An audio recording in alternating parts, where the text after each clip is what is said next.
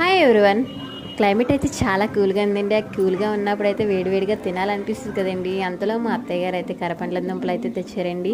అవి అయితే నీట్గా అయితే తొక్క తీసేసుకొని కడిగేసుకొని కుక్కర్లో వేసుకుందామని చెప్పి రెడీ అయితే చేసుకున్నానండి. పిల్లలు కూడా వచ్చే టైం అయింది కదండి. వాళ్ళు వచ్చేసరికి అయితే గబగబా చేసేద్దామని చెప్పేసి కుక్కర్లోనైతే వేసేసానండి. అవి కుక్కర్లో వేసిన తర్వాత అయితే గ్లాస్ వాటర్ అయితే వేసేసుకున్నానండి. మీకు క్లైమేట్ కూల్గా ఉన్నప్పుడు అయితే వేడివేడిగా ఏం తినాలనిపిస్తుంది అన్నది కామెంట్లోనైతే చెప్పండి.